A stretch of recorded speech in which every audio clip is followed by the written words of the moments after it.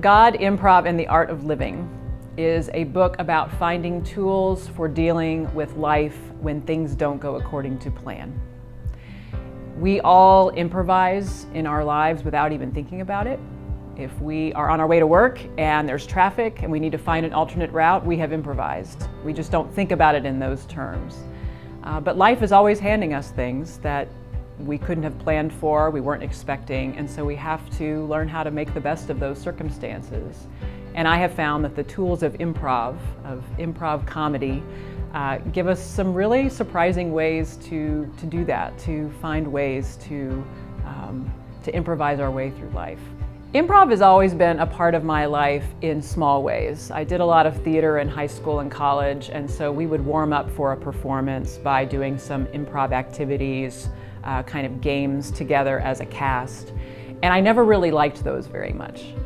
I like having a script and a plan, and I like to say that my backup plans have backup plans, and so improv is something that doesn't come naturally to me. I always write the books that I need to read, and improv has been important to me as I live with people and minister with them as a pastor. There are so many things that happen that we could not have planned for. Things that are great and things that are really hard.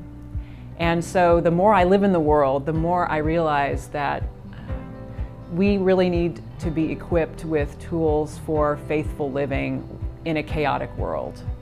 And so improv is one of the ways that I think we can cultivate those tools. And so I started studying improv. I read about it for a long time and was interested in some of the principles of improv, and ultimately realized I need to do this. The whole nature of improv is to put yourself out there. And so I really needed to study it, to play, to learn these ideas and implement them on stage, but then also think about how they can apply to our lives. And so I've been studying and practicing and playing at improv for several years now in a variety of places. I was able to go up to Chicago and take several improv classes from the Second City. There are all kinds of people who come to the Second City Training Center and to these improv classes around the country.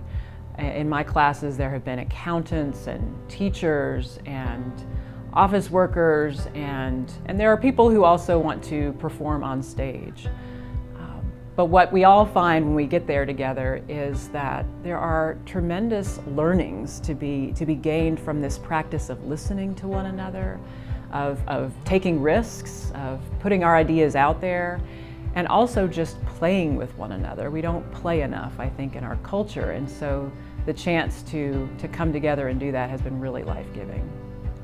There aren't a lot of ironclad rules in improv.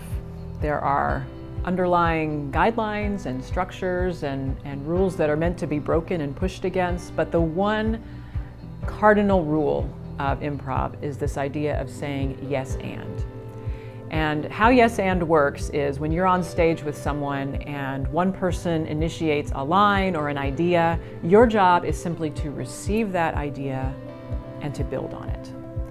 So even if it's something that you necessarily didn't have in mind when you stepped out on stage, once it is said, it is the reality, and you receive it as best you can and you build on it.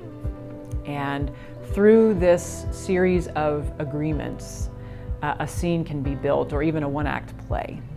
And because neither person is in charge, they're mutually agreeing with one another, it's really a discovery together, a mutual adventure, if you will.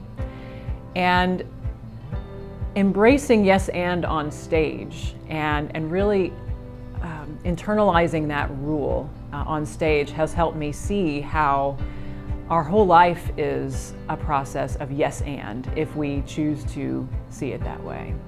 Things happen in our lives that we didn't plan for, that we wouldn't have chosen, whether it is something wonderful or something terrible.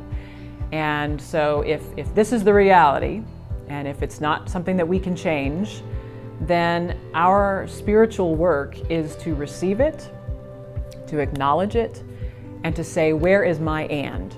Where is my contribution, and how can I work to bring about the best outcome for all people involved, the best wholeness, the best shalom, the best healing and grace and love and justice that I can bring to bear in this situation. And so yes and is not just a great principle for building together as improvisers on stage, but as people improvising life.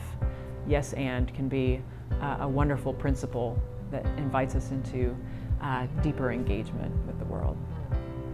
One of the revolutionary things for me about this idea of improv and yes and is that many of us are oriented to automatically say no, to find reasons why something won't work, or to hold back our own gifts or our own energy and just kind of let life unfold for us. And one of the things I say in the book is that yes costs us something, but no often costs us even more.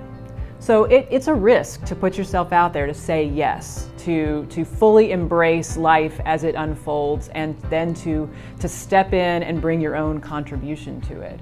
But I think ultimately there's a much greater cost to saying no.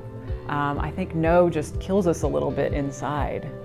And when we can step out in risk and say yes, we learn more about ourselves. We act in courage, which gives the people around us the courage to act in their own lives.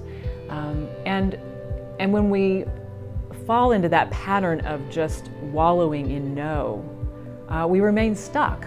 We don't push through situations that could get better if we tried to find our way forward through them. And so no is very tantalizing in the short term because it feels comfortable. But ultimately it costs us much more long term to remain stuck in old patterns and old understandings of ourselves. And so if we can just break out into that sense of yes and putting ourselves out there, it's a way to move ourselves forward.